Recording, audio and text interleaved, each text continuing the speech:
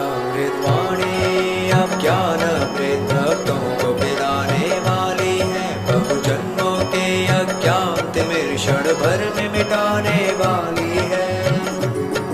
यह ईश कृपा की धारा अब भक्तों पर गिराने वाली है। मानव को उसके सतपथ का यह बोध कराने वाली है। अमृतवाणी अमृतवाणी। जिस सत्ता से, जिस ज्ञान से जुड़े हुए हैं, वह सत्ता, वह ज्ञान अपने में अद्वितीय है, अपने में अद्भुत है, अनूठा है, निराला है। ज्ञान की भी कई श्रेणियां हैं, ज्ञान के भी कई आधार हैं। ज्ञान वह है जिसे हम जानकारी कहते हैं। अदृष्टम विद्या तदृष्टम ज्ञानम, जिसमें कोई संशय न हो, कोई भ्रम न हो, वह तो ज्ञान है। उसको हम ज्ञान भी बोलते हैं। और जिसमें संशय हुआ, भ्रम हुआ, वहाँ पर अज्ञान है, वहाँ अविद्या है। हम जो भी स्वरवेद से जुड़े हुए हैं,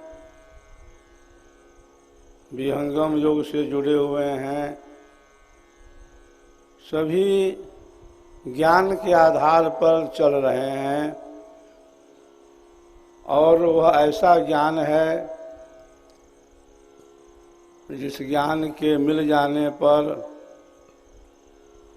हमारे आपके अंदर कोई संशय नहीं रहता, कोई भ्रम नहीं रहता। ज्ञान की प्राप्ति जब विहंगम योग के साधन के द्वारा सद्गुरु के प्रकाश में एक विशेष भूमि में हो जाता है, तब साधक अनुभव करता है कि वास्तव में हम क्या हैं, हमारा स्वरूप क्या है, ये संसार क्या है, प्रकृति क्या है, माया क्या है, माया का जाल क्या है, माया की शक्ति क्या है, माया से जीव उपरम कैसे होगा। वास्तव में देखा जाए कि आत्मा का जो शत्रु है, जीव का जो शत्रु है, वो क्या है? माया है, मन है। मन को ही दूसरे शब्दों में ऋषियों ने माया कहा। कहीं पर माया का जाल है तो कहीं पर ब्रह्मचक्र का विस्तार भी है। माया जाल अपार बधे तामे संसारा, सुर नर मुनिगण यक्ष नाग किन्नर भवधारा।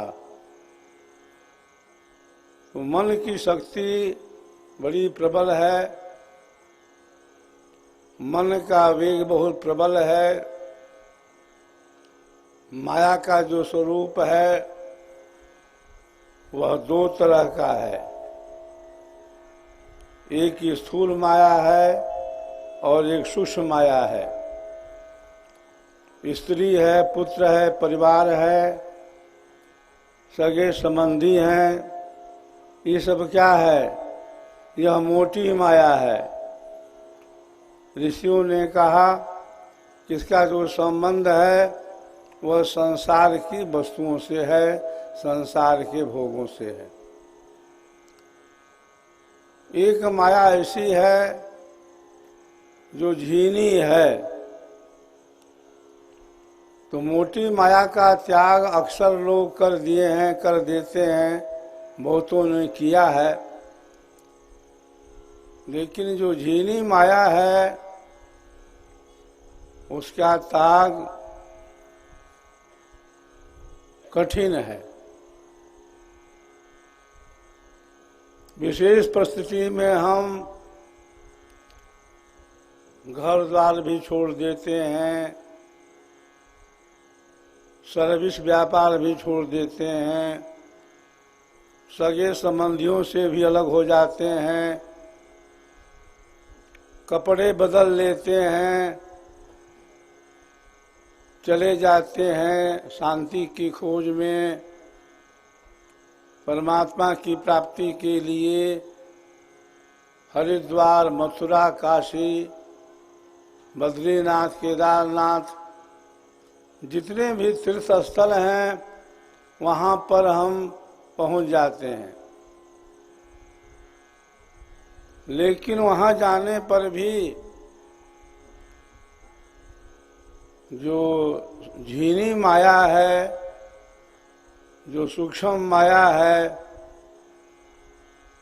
उसका त्याग हो नहीं पाता। उसका त्याग कैसे होगा? सब कुछ छोड़ने के बाद भी अगर झीनी माया हमारे साथ है तो त्याग हुआ नहीं। झीनी माया का त्याग होता है स्वर वेद से जुड़ने से, विहंगम योग से जुड़ने से, सद्गुरु के जुड़ने से। माया एक जो कनक कामिनी, सब संतन मिल गाई जी। माया कवन सकल घट व्यापक, ऋषि मुनि सब ही न चाहिए जी। तो माया का जो संबंध है वो दो तरह का है, एक मोटी माया है, एक झीनी माया है। सब संतन मिल विनती करी हो, एक संशय मोरा जी। करी के दया दृष्टि सदगुरु जी, देहु मोहि समझाई जी। एक नाम ब्रह्मादिक भजिया, एक नाम ब्रह्मादिक भजिया। भजत पार नहीं पाई जी, कौन नाम के भजन किए जीव, जीवित ही मिल जाई जी। तो जीव का जो शत्रु है वह मन है, वह माया है।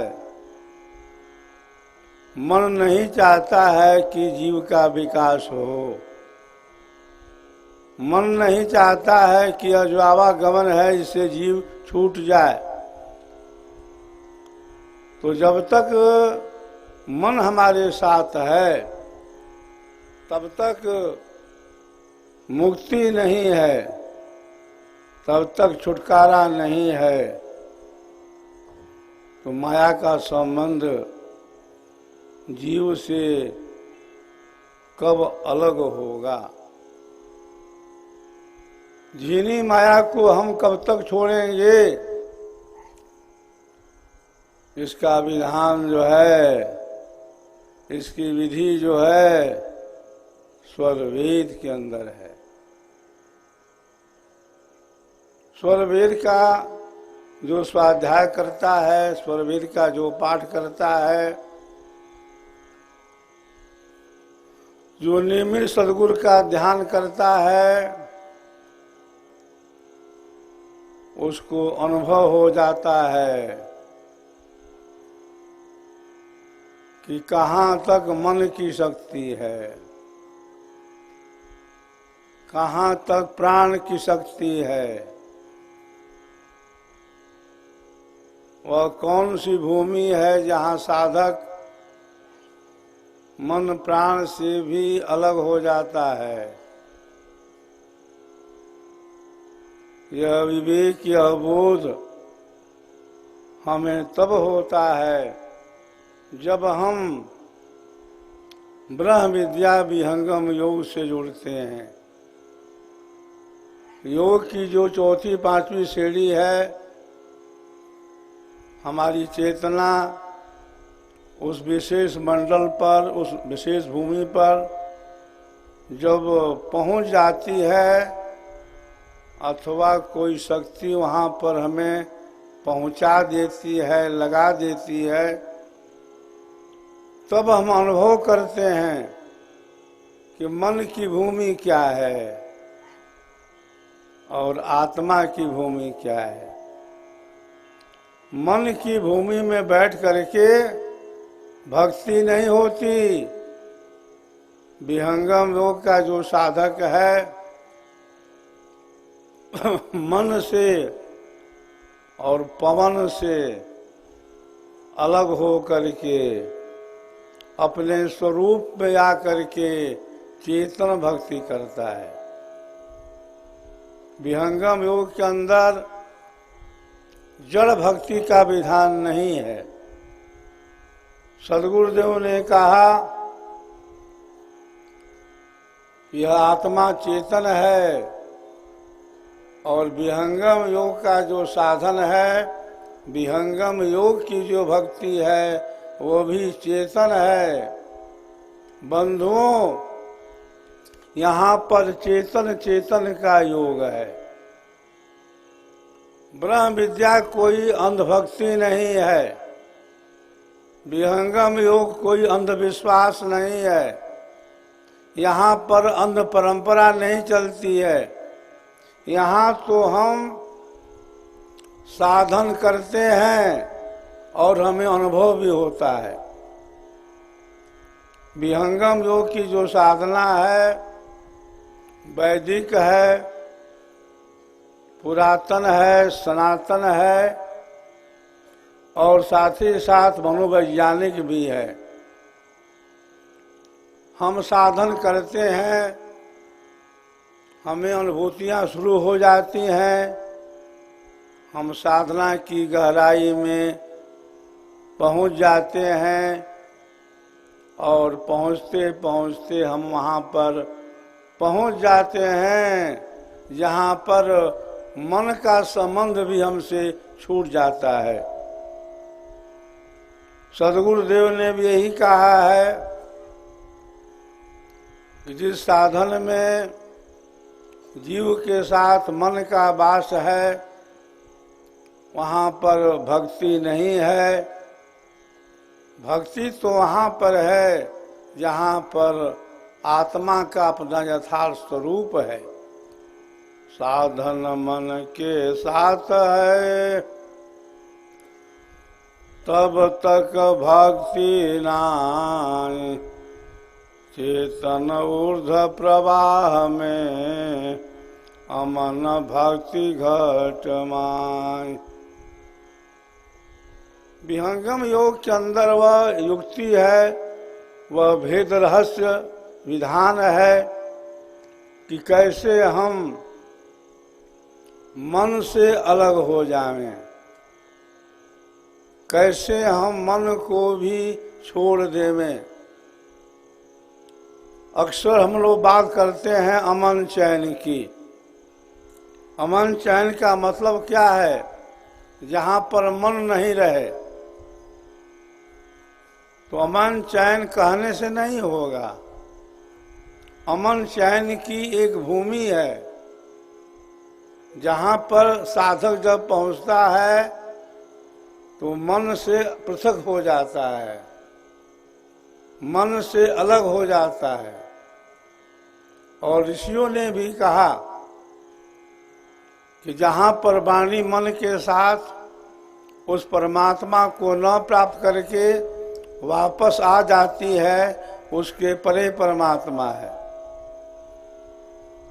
तो ब्रह्म विद्या विहंगम योग का जो ज्ञान है वह चलता है प्रकाश में, अंधकार में नहीं, अंधभक्ति में नहीं।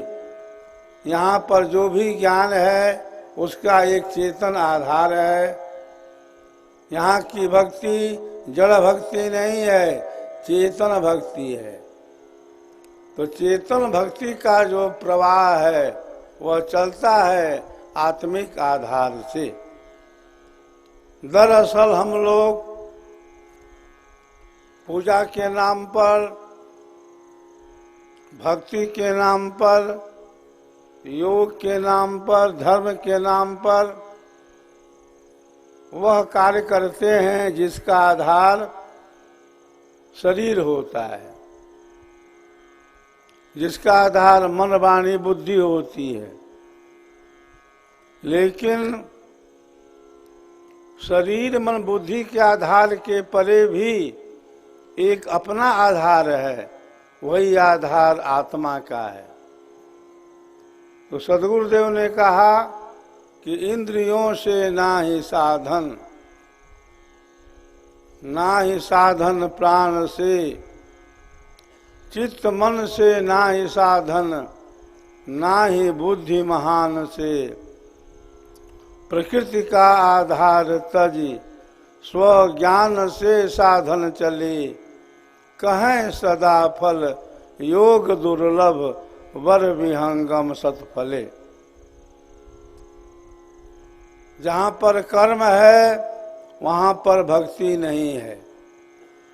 कर्म होता है इंद्रियों के आधार पर और भक्ति होती है आत्मा के आधार पर।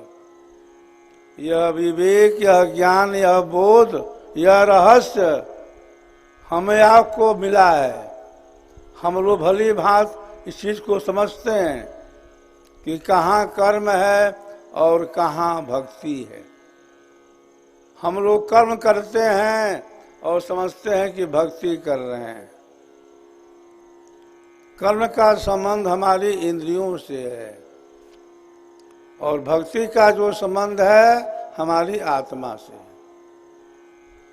तो ब्रह्म विद्या विहंगम योग का सिद्धांत है कि आत्मा प्रकृति के प्रवाह से अलग हो करके, मन बुद्धि इंद्रियों से असंग हो करके जब अपने स्वरूप में आता है और अपने स्वरूप में आकर के जो साधन करता है वही भक्ति कहलाती है। और उसी भक्ति से हम संसार के बंधन से अलग होते हैं, संसार के आवागमन से छूटते हैं। भक्ति भगवान की बहुत बारीक है, शीश सौंपे बिनु भक्ति नाही, हो अवधूत आसतन की तजे, जियता मरहि सो भक्ति पाही। नाचना कूदना ताल को पीटना, राणिया खेल की भक्ति नाही, रैन दिन तार निर्धार लागी रहे, कहे मुनीन्द्र तब भक्ति पाही।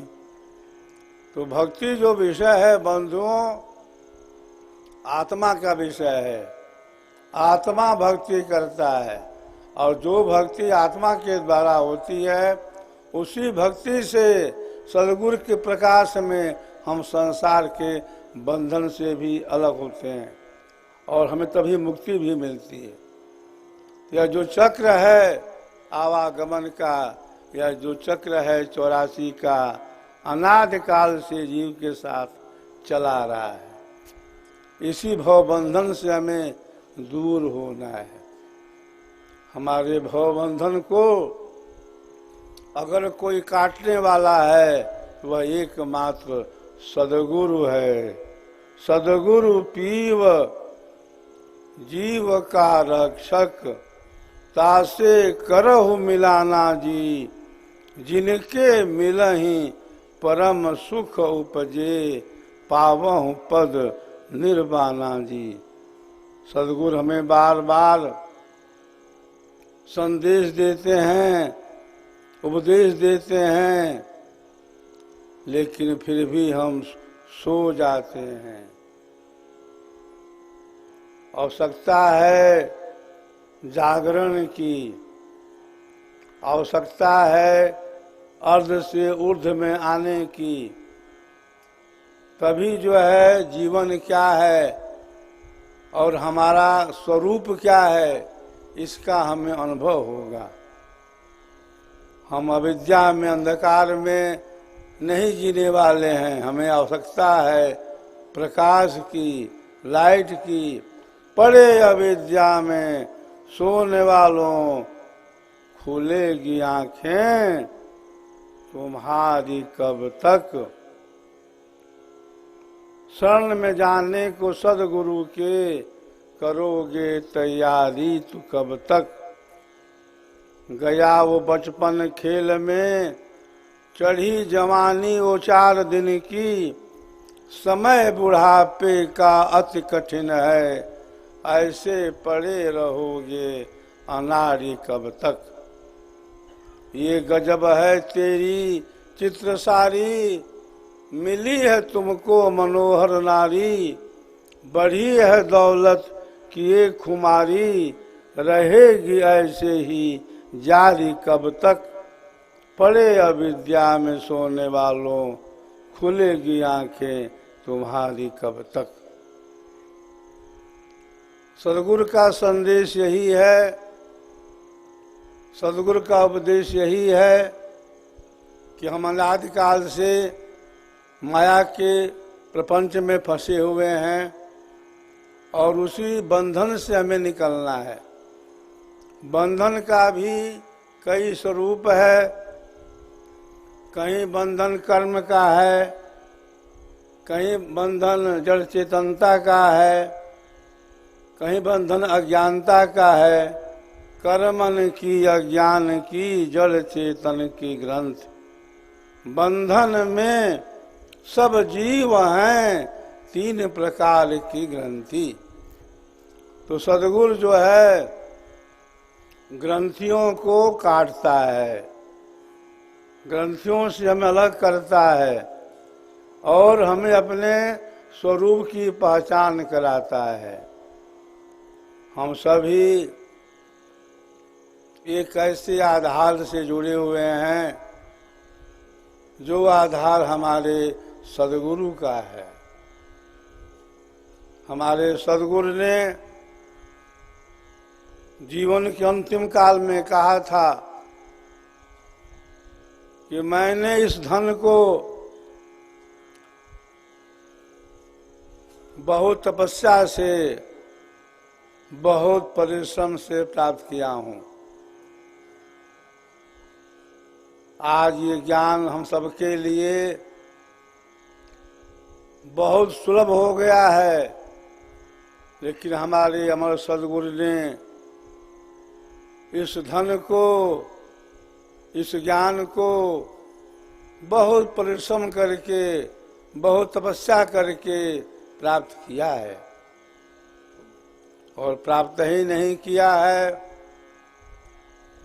सारे संसार के सामने चुनौती दिया है, उद्घोष किया है, कहा है कि मैं 17 वर्षों की कठोर साधना के बाद ब्रह्म विद्या विहंगम योग के चेतन साधन के द्वारा सदगुरु के प्रकाश में प्रभु को प्राप्त किया हूँ और तुम्हें भी प्राप्त करा दूंगा। तुम्हारा जो आवागमन है मिटा दूंगा,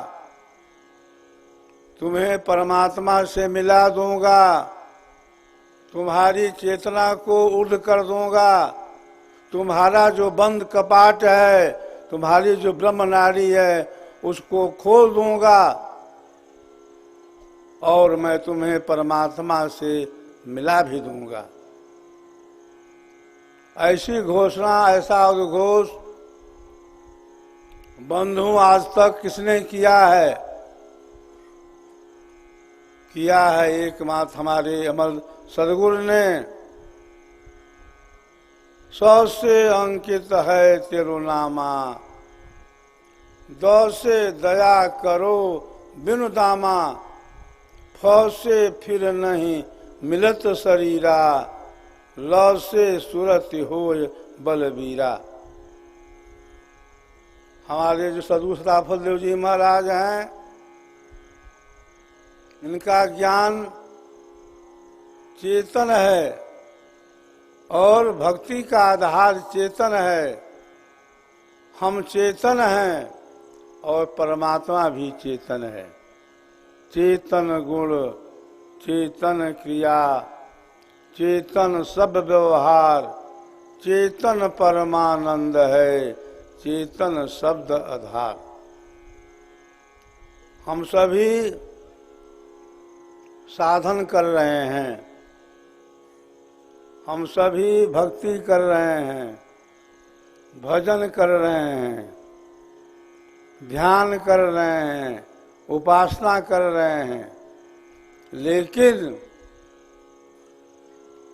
सब में अंतर है।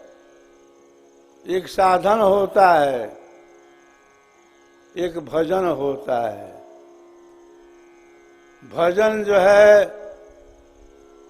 किया नहीं जाता है, भजन होते रहती है। साधन जो है किया जाता है। भजन करो निस दिन टूटे न तार, हृदय कमल से चला एक तारा, गगन महल में करत झनकार, भजन कर निस दिन टूटे न तार। भजन में होत आनंद आनंद, क्या जपो सोहम सोहम। इस शरीर का 2 भाग है, एक पिंड है, एक ब्रह्मांड है। तो गर्दन का जो ऊपरी भाग है, इसको संतों ने ब्रह्मांड कहा। इस ब्रह्मांड के अंदर तरह तरह के शब्द हैं, तरह तरह के प्रकाश हैं, तरह तरह की ध्वनियाँ हैं। यहीं पर निरंजन है, यहीं पर ओम है, यहीं पर सोहम है, यहीं पर शक्ति है, यहीं पर निरंकार है। और इसी ब्रह्मांड के अंदर एक ऐसा स्थान है जहाँ पर हम गुरु विधान से ध्यान करते हैं, गुरु विधान से संयम करते हैं, गुरु विधान से अपनी चेतना को केंद्रीभूत करते हैं। तब हमें कुछ विशेष आत्माओं का एक विशेष मुहूर्त में दर्शन भी होता है, संकेत भी मिलता है, संदेश मिलता है, आवाज मिलती है, एक विशेष प्रेरणा मिलती है। सदगुरु जो है हमारा रक्षक है। सदगुरु रक्षक जीव जहाना, यही सम शांति उपाय न आना। जहाँ रक्षक आपन नहीं कोई, तह रक्षा सदगुरु से होई। तो हमारा सदगुरु जो है अपने चेतन मंडल से हम सबको देखता रहता है। हमारी साधना कहाँ चल रही है, हमारा मन कहाँ तक नियंत्रित है, हमारे भाव संस्कार कैसे हैं, हम सदगुरु के प्रति कितने समर्पित हैं। आवश्यकता है दीन होने का, अधीन होने का, अमानी होने का, शरणागत होने का। जिस साधक के अंदर दीनता है, अधीनता है, आस्तिक भाव है, समर्पण है, वही साधक जो है भक्ति मुक्ति का अधिकारी होता है। हम सभी चाहते हैं जीवन में एक शांति, एक परिवर्तन। यह तभी होगा जब हम स्वर वेद से जुड़े, स्वर वेद का स्वाध्याय करें और प्रतिदिन सुबह शाम ब्राह्म मुहूर्त में ध्यान करें। ध्यान में हम बैठते हैं लेकिन मन जो है ध्यान में नहीं बैठता। मन को ध्यान में हम कैसे बैठाएंगे? यह तभी संभव है जब हम सद्गुरु से प्रतिदिन प्रार्थना करें कि हे प्रभु, हे सद्गुरु, मेरे मन को स्थिर करो। साधन में हम बैठते हैं लेकिन मन जो है साधन में नहीं बैठता। वहाँ पर आवश्यकता है सद्गुरु की विशेष दया की। सद्गुरु की विशेष दया से ही साधन में मन टिकता है, स्थिर होता है। तभी यह जीव अनुभव करता है कि हमारा क्या अस्तित्व है, हमारा क्या स्वरूप है। स्वरूप निज चीनी के, बंध जग तोड़ी के, अपने लोक को चलो भाई। तो सोधी अष्ट चक्र को जाहु ब्रह्मांड में, शून्य में ज्योति जहाँ जगमगाई। चाचरी भूचरी अगोचरी छाड़ दो, उन मुनि खेचरी पार जाई।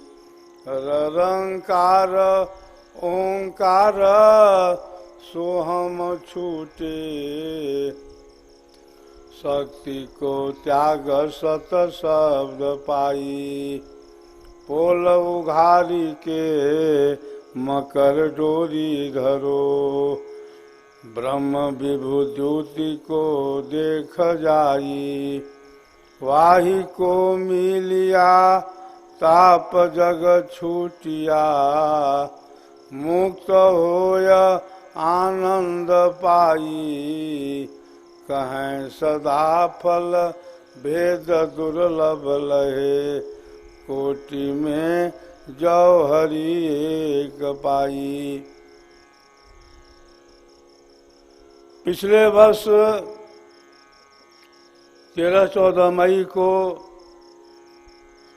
स्वर्वे उत्तरार्ध ज्ञान दुहा यज्ञ में आपने भाग लिया। 21,000 कुंडों का इतिहास रचा,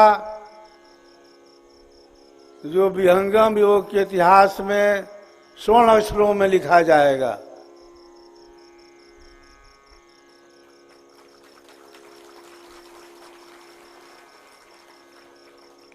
उक्त यज्ञ महोत्सव में आपने जो अपनी सहभागिता दिखलाई, आपने जो सहयोग किया, तन से, मन से, धन से, वह भी चिरकाल तक स्मरण रहेगा। उक्त स्वरवेद उत्तरार्ध ज्ञान दुहायज्ञ में विज्ञान देव महाराज ने भी बहुत तपस्या की, घोर परिश्रम किया। भारत के कोने कोने में स्वरवेद प्रचार यात्रा निकाली। साथ ही साथ आप सबका विशेष सहयोग रहा, विशेष सेवा रही, जिसके फल स्वरूप स्वरवेद महामंदिर का निर्माण तेजी से हो रहा है, तेजी से चल रहा है। स्वर वेद बंधुओं हमारे सिद्धांत का महान ग्रंथ है।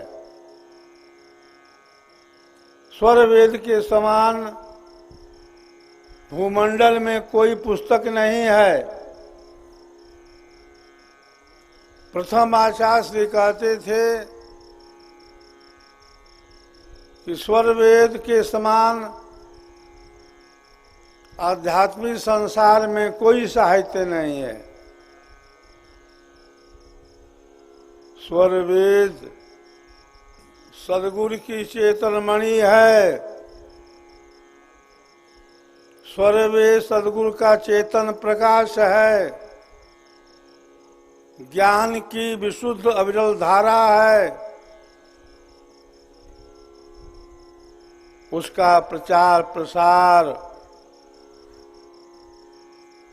विगत 15 वर्षों से महाराज विज्ञान देव कर रहे हैं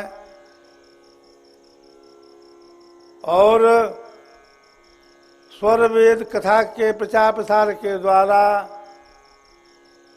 दिन दूना रात चौगुना वृद्धि हुई है और हो रही है। हम जो भी इस विहंगम योग के ज्ञान से जुड़े हैं, सदगुरु के ज्ञान से जुड़े हैं, प्रतिदिन साधना में स्वर वेद का चिंतन करें। ध्यान तो करें ही, ध्यान तो करते ही हैं, चिंतन भी करें कि स्वर वेद का प्रचार कैसे बढ़े, स्वर वेद का प्रचार कैसे बढ़ाया जाए, जन जन में, मन मन में, घर घर में। विज्ञान देव महाराज तो यही कहते हैं कि स्वर वेद से जो जुड़ा है वही ब्रह्म विद्या से जुड़ा है। स्वर वेद से जो जुड़ा है वही विहंगम योग से जुड़ा है।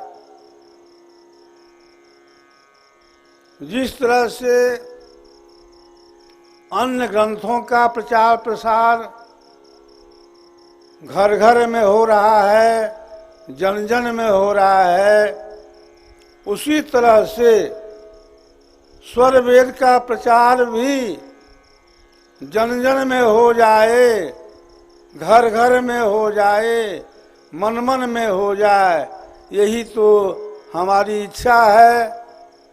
और हमारी इस इच्छा को विज्ञान देव महाराज पूरा करने में प्राण प्रण से लगे हुए हैं।